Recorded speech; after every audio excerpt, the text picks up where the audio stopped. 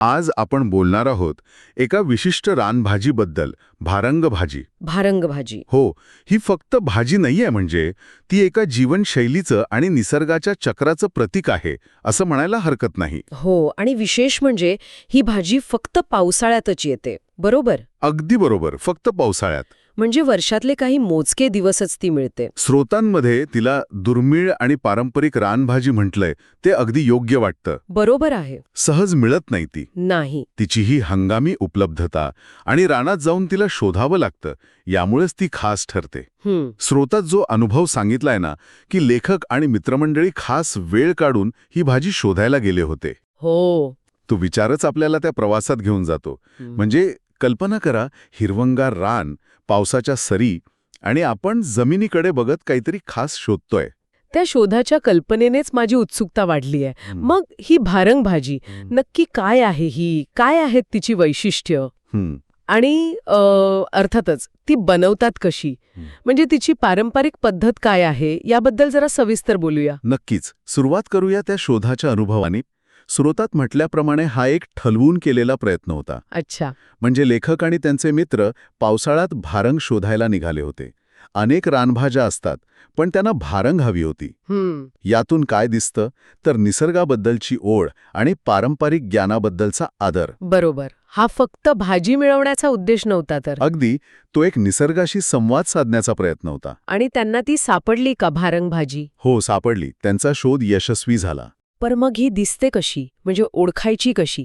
स्रोतात म्हटले की झुडपं खूप लहान असतात. बरोबर, हे महत्वाचं आहे. ही काही उंच वाढणारी वनस्पती नाहीये. अच्छा. एक लहानशी झुडपवजा वनस्पती आहे, जमिनीवर पसरल्यासारखी वाटते. म्हणजे शोधायला अजून कठीण असणार. हो ना.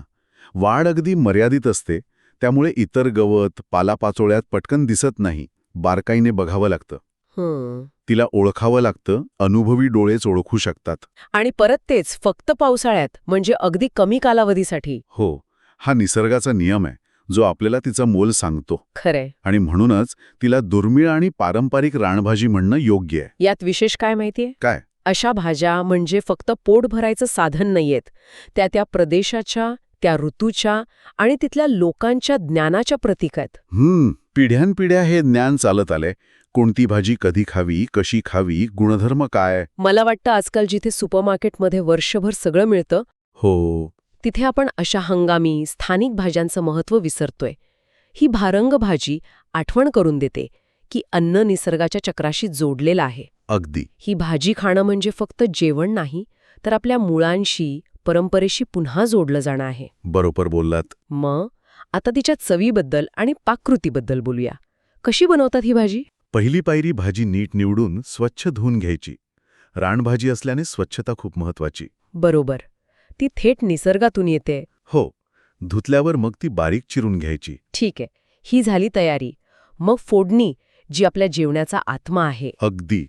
कढईत तेल गरम करायचं. तेल तापलं की मोहरी, जिऱ्याची खमंग फोडणी. मोहरी तडतडली, जिऱ्याचा वास सुटला की त्यात बारीक चिरलेला कांदा घालायचा. कांदा? हो. कांदा चांगला परतून घ्यायचा, गुलाबीसर, सोनेरी रंगावर. कांद्याचा तो गोडसर वास तेलात उतरला की मग टाकायचा थोडा हिंग आणि ठेचलेलं लसूण. अच्छा, लसूण. हो. ह्या टप्प्यावर जो सुगंध येतो ना, अप्रतिम. हिंग आणि लसणाचा मिळून जो वास येतो, तो भाजीची चव वाढवतो. नक्कीच. आणि मग येतो एक महत्वाचा घटक, म्हणजे उकडून घेतलेले वालाचे दाणे. काय सांगताय, वालाचे दाणे भारंग भाजीत? हो, हेच तर वैशिष्ट्य आहे. हे मिश्रण खरंच अनोखं आहे. म्हणजे भाजीला एक वेगळं टेक्स्चर येत असणार या दाण्यांमुळे. अगदी बरोबर ओळखलं. वालाचे दाणे भाजीला एक छान दाणेदारपणा देतात. भाजी थोडी मिळून येते, म्हणजे घट्टसर होते. आणि पौष्टिक पण होते असेल. हो ना, पौष्टिकता वाढते. मग येतो दुसरा महत्वाचा घटक, किसलेलं ओलं खोबरं. ओलं खोबरं म्हणजे नारळ? हो, ओला नारळ. त्यांनी भाजीला एक नैसर्गिक गोडवा आणि स्निग्धता मिळते. भारंग भाजीची स्वतःची एक विशिष्ट चव असते, कदाचित थोडी कडसर किंवा उग्र असेल. वालाचे दाणे आणि ओलं खोबरं या चवीला संतुलित करतात. हे सगळं मिश्रण तेलावर चांगलं परतून घ्यायचं. इथे चवींचं मस्त मिश्रण तयार होत असणार. हो. भारंग भाजीचा तो रानवटपणा, वालाचं टेक्स्चर आणि नारळाचा ओलावा आणि गोडसरपणा सगळं एकत्र येतं. हे ऐकूनच तोंडाला पाणी सुटलंय. मग हे परतल्यावर शिजवायचं कसं? वेळ लागतो का? नाही, पुढची प्रक्रिया अगदी सोपी आहे.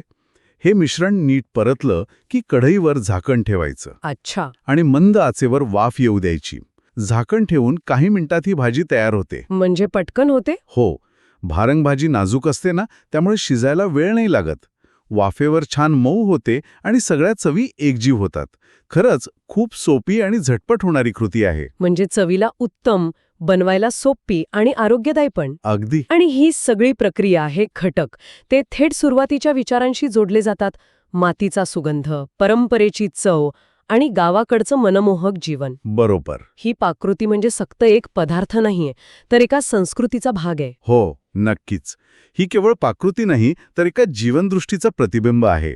विचार करा ना, आधी रानात जाऊन ती भाजी शोधायची, तिला ओळखायचं, निसर्गातून मिळवायचं, मग घरी आणून पारंपरिक पद्धतीने बनवायचं. खरंय. या सगळ्या कृतींमधून माणूस निसर्गाशी, पूर्वजांच्या ज्ञानाशी जोडला जातो.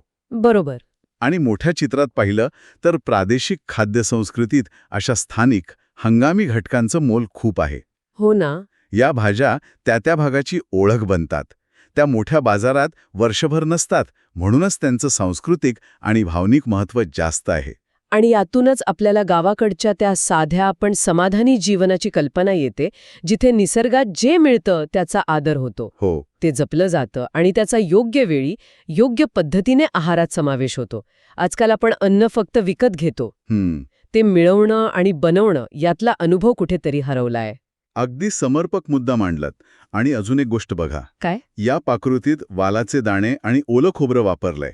हे घटक विशेषतः कोकण आणि पश्चिम महाराष्ट्राच्या ग्रामीण भागात सहज मिळतात. अच्छा. हो.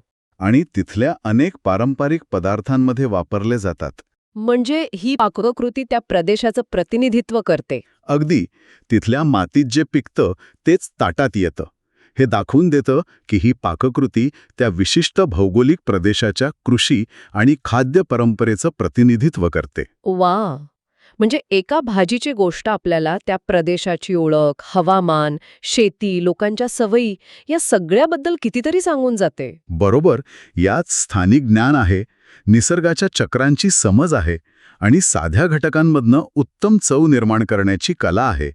हे सगळं मिळून भारंग भाजीचा अनुभव खास बनतो. खरंच. एकंदरीत आज आपण भारंग भाजीची खूप चांगली ओळख करून घेतली. ही एक दुर्मिळ, फक्त पावसाळ्यात मिळणारी रानभाजी.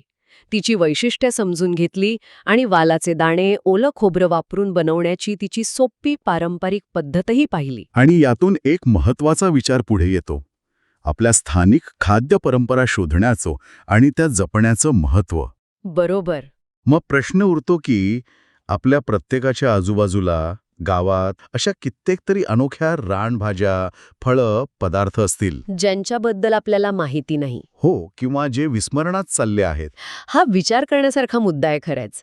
या भारंग भाजीच्या निमित्ताने आपल्या आसपासच्या अशा विसरलेल्या स्थानिक रानभाज्या किंवा पदार्थांबद्दल जाणून घ्यायला हवं. त्यांना शोधणं, त्यांच्या पाककृती समजून घेणं आणि शक्य झालं तर त्या पुढच्या पिढीपर्यंत पोचवणं हे आपल्या खाद्य संस्कृतीला जिवंत ठेवण्यासाठी गरजेचं आहे. याचा अर्थ काय होतो मग? याचा अर्थ असा की अन्न फक्त शरीराचं पोषण नाही करत, ते आपली ओळख, संस्कृती, पर्यावरण आणि निसर्गाशी असलेलं आपलं नातंही जपतं. भारंग भाजीसारखे पदार्थ आपल्याला याचीच आठवण करून देतात. ते सांगतात की आपण या मातीचाच एक भाग आहोत. अगदी. मातीचा सुगंध आणि परंपरेची चव जपणाऱ्या या गावाकडच्या जीवनात आणि तिथल्या साध्या पदार्थांमध्ये खरंच एक वेगळीच जादू आहे. हो, ती जादू अनुभवायला कधीतरी अशा रानभाज्यांच्या शोधात किंवा स्थानिक चवींच्या मुळाशी जायलाच हवं.